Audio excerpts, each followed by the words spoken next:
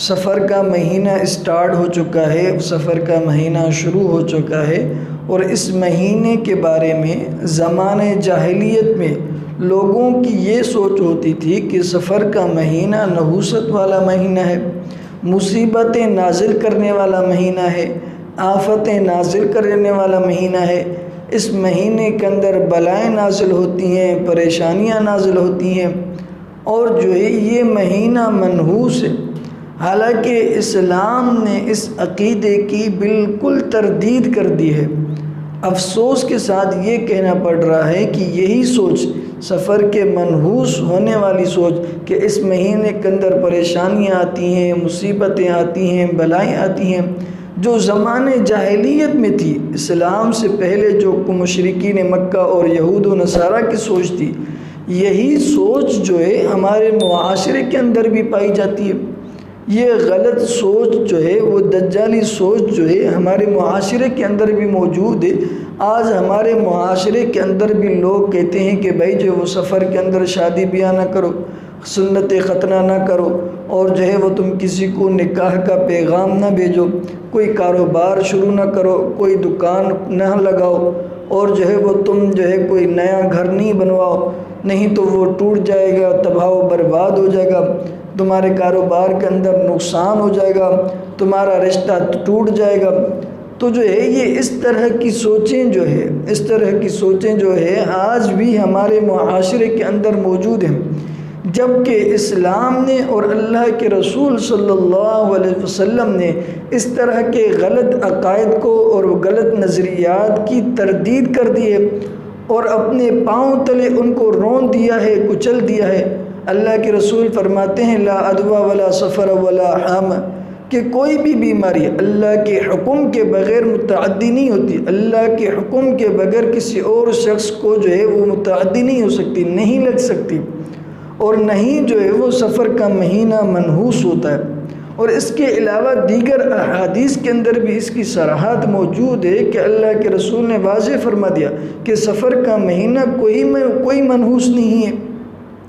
لیکن ہم جو ہے اس بات کو سمجھنے کے لیے تیار نہیں ہوتے۔ ایون جو ہے ہم نے ہمارے معاشرے کے اندر لوگوں نے جو ہے وہ اللہ کے رسول کی طرف غلط حدیثیں گھڑ دی، اور سفر کے منحوس ہونے پر جو ہے وہ حدیثیں بنا لی۔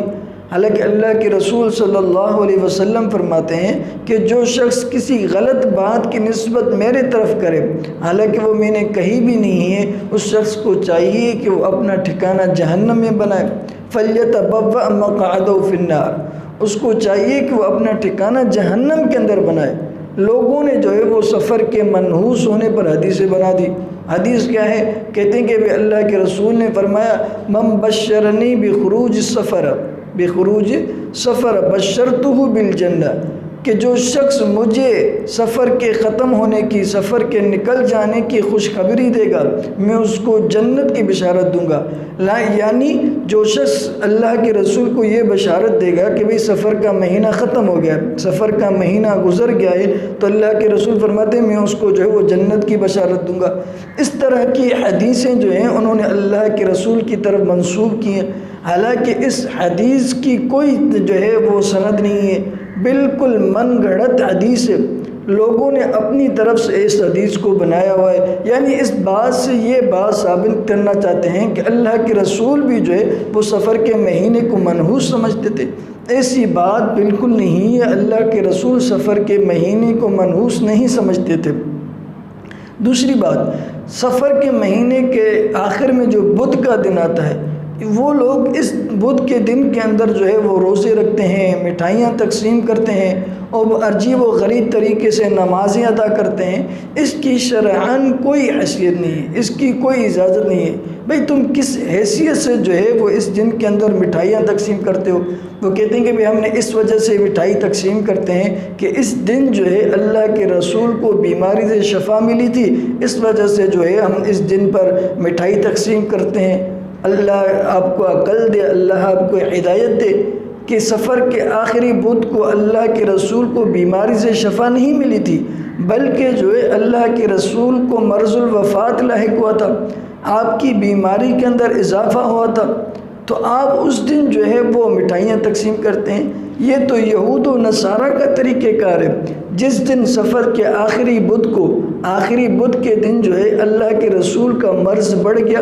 اللہ کے رسول کی بیماری بڑھ گئی، تو اس دن یہود و نصارہ نے، یہودیوں نے خوشی کے طور پر، اس خوشی میں کہ اللہ کے رسول کو بیماری لاحق ہوئی ہے، اس دن جو ہے انہوں نے، یہودیوں نے مٹھائی تقسیم کی تھی، اور تم جو ہے وہ انہی کی پیروی کرتے ہوئے مٹھائیاں تقسیم کہتے ہو اور کہتے ہو کہ بھائی اس دن اللہ کے رسول کو شفا ملی تھی۔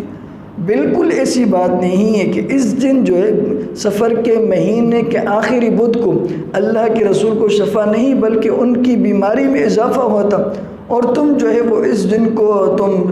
مٹھائیاں تقسیم کرتے ہو، روزے رکھتے ہو، نفلی عبادتیں کرتے ہو، اور عجیب و غریب طریقے سے نمازیں پڑھتے ہو۔ اس کی شرعاً کوئی نہیں ہے، کوئی حقیقت نہیں ہے۔ ہمیں اپنی بھی اصلاح کرنی چاہیے، اور جہاں پہ یہ بات نظر آئے جس ساتھی کو معلوم نہ ہو ہم ان کی بھی اصلاح کریں، تاکہ ہمارے نامہ اعمال کے اندر اجر و ثواب لکھتا جائے۔ اللہ رب العزت عمل کرنے کی توفیق عطا فرمائے۔ سبيل الدموع سبيل مريح، تنهدى يا صاحي كي تستريح.